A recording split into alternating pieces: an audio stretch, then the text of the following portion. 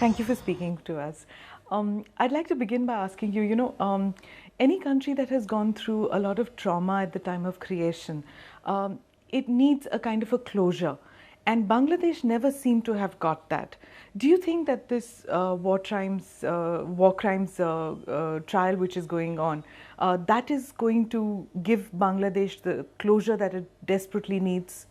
Well, I would first of all like to suggest that the closure is very necessary, and that is what the war crimes trials are intended to give. Whether or not they will succeed is now becoming more and more a moot question as this particular government approaches the end of its tenure. Because I would suggest that this is the last opportunity Bangladesh will have to secure that closure, because if they do not end these trials before the next elections and another government formed by the BNP Jamaat comes into power, they will ensure that this history is now finally wiped out and that no one will ever be able to bring the guilty to justice in future. An obvious question was, why did it take so long for it to happen? Why did it take? I mean, what were the impediments that? Precisely because the very forces who colluded or collaborated with the war crimes came to the center stage of power. It is the occasions on which the Awami League was in power, it was never strong enough. It was never able to fully dominate the politics and the environment in Bangladesh. Two factors are here. The Jamaat Islami BNP combine is basically sympathetic to the collaborators, or is headed by the collaborators themselves, as is the case with the Jamaat Islami, and has at least some of the collaborators as members, as is the case with the BNP. Number two, for many years the Pakistani intelligence services and the army had managed to restore their influence in the Bangladesh intelligence services and the army. So Pakistan and Bangladesh were sort of operating in tandem, and that is why you saw this great resurgence, so to speak, of Islamist extremist terrorism in Bangladesh and outwardly directed into India from Bangladesh through the 2000s. This combine effectively not only prevented any action being taken against the guilty, but I think more importantly suppressed the history of the war crimes. If you see the curricula that have been defined in the schools in Bangladesh, you see that the freedom struggle has very little reference to the atrocities, to the war crime, to the genocidal campaigns that were carried out in 1971. And this has been a deliberate effort by these parties who were colluders, who were collaborators, to wipe out this phase of history so that they are able to consolidate their power and bring back the same kind of politics of Islamism, of a right extremist kind of thinking into the Bangladesh environment. You talked about Pakistan. The obvious question is that the Pakistani generals are going to be kept away from this. Why did that happen, and is it fair? Well, obviously it isn't fair. Obviously Pakistan will never be brought to book for what it actually did, and it was the architect of the genocide. Now, Bangladesh is too weak a country to sort of even secure effective international action against those who were responsible from the Pakistani side.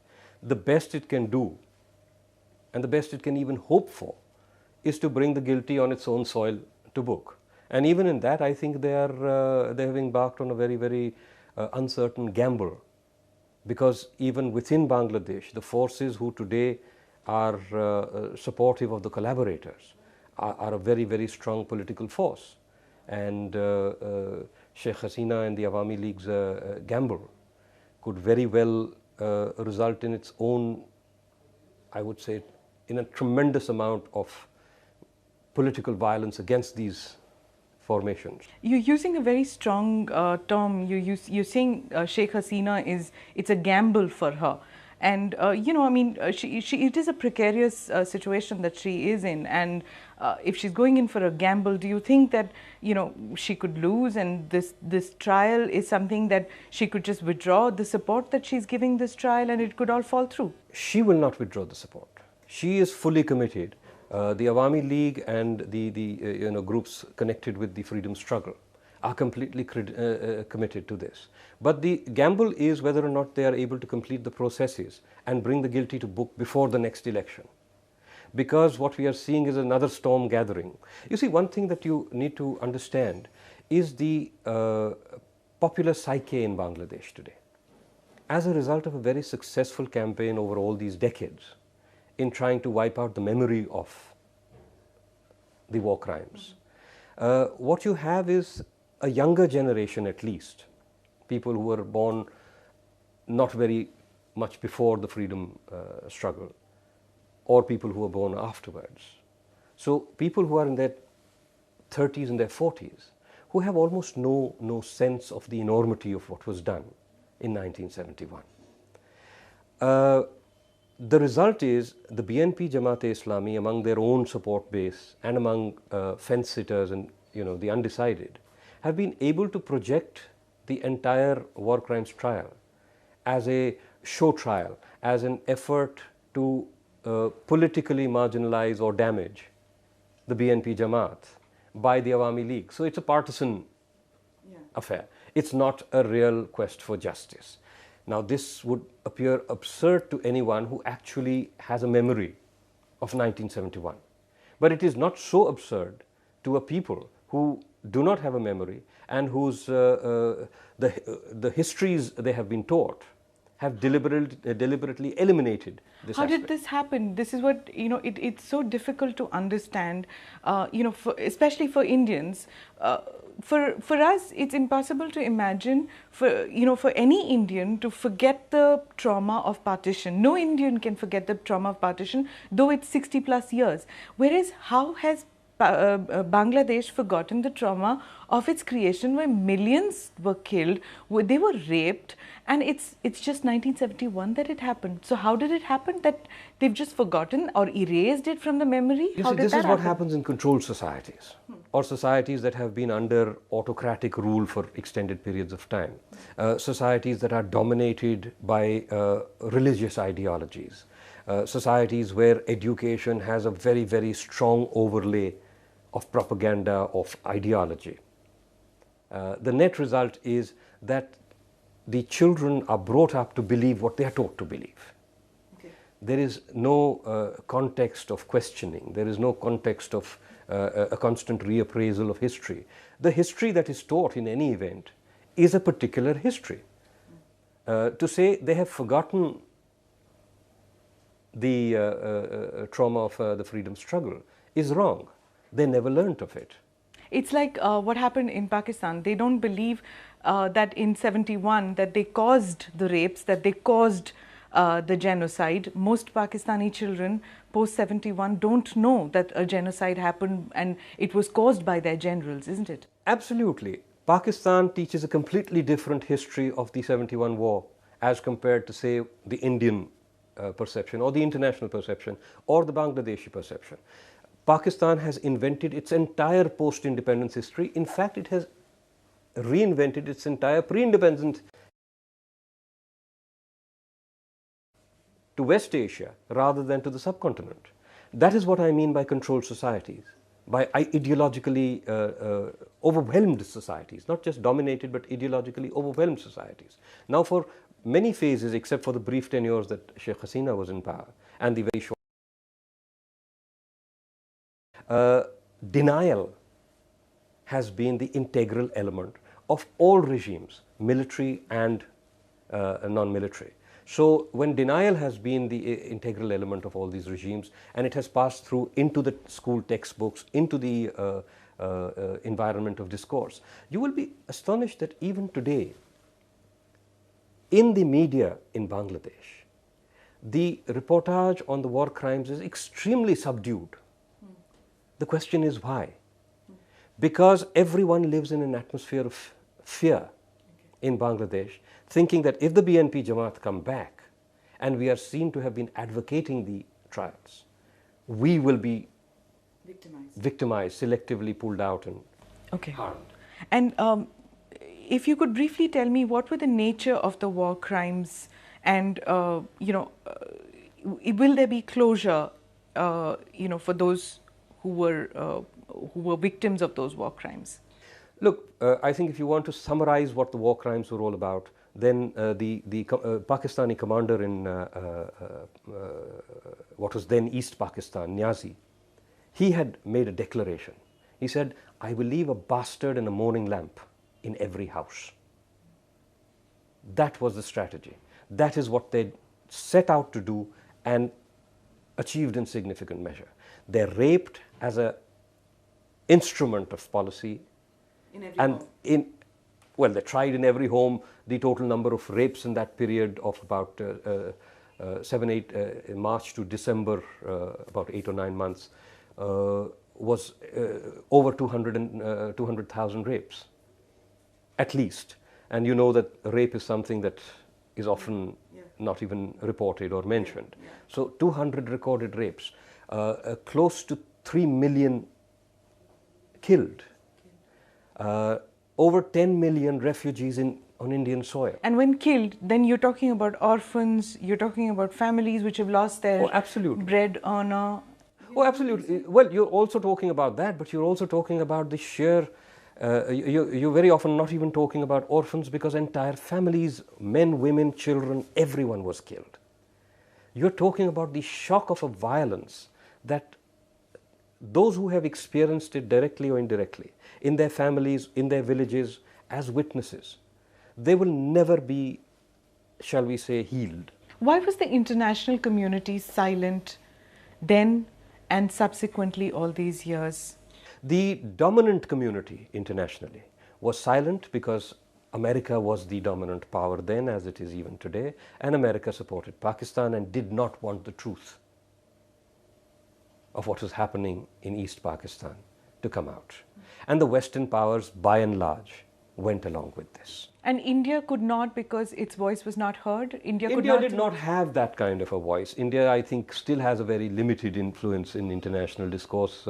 We are not even able to very effectively put across our own problems in terms of, our victimhood as from organized state-sponsored terrorism. And Russia, which was then USSR, did not want to get involved? What was the...